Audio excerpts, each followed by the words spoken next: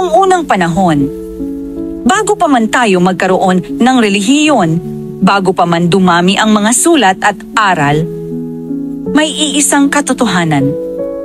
Ang tao ay unang nilikha hindi lang sa laman, kundi sa salita.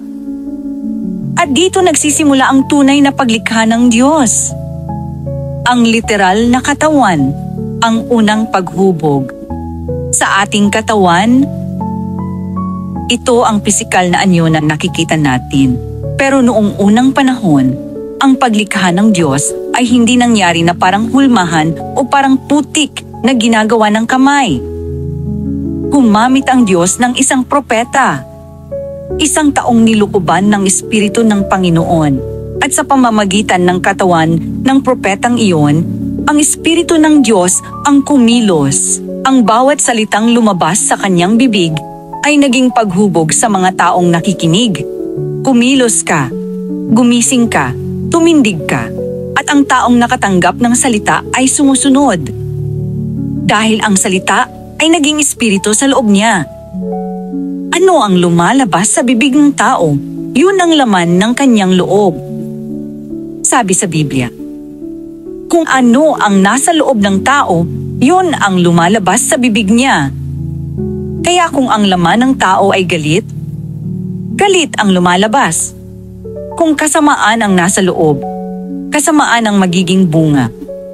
At kung hindi tayo maingat, nagiging tayo ang salita na ating pinapakain sa sarili. Sa literal, sinasabi natin, kapag kasama mo ang adik, nagiging adik ka. Kapag kasama mo ang magnanakaw, natututo ka magnakaw. Pero ang tinutukoy sa Biblia ay hindi ang panlabas na impluwensya. Hindi ito tungkol sa barkada mo. Hindi ito tungkol sa lugar mo. Hindi ito tungkol sa tropa mo. Ang tinutukoy ng Biblia ay ang espiritu na pumapasok sa loob mo, ang salita na tumatagos sa puso mo, ang ideyang pumapasok sa isip mo, ang tinatanggap mo ng bukas ang loob. Lahat ng salita ay espiritu. Ito ang kadalasang hindi naiintindihan ng marami. Bawat salita na naririnig mo ay espiritu. Kapag pinapasok mo ito sa loob, nagiging parte ito ng pagkatao mo.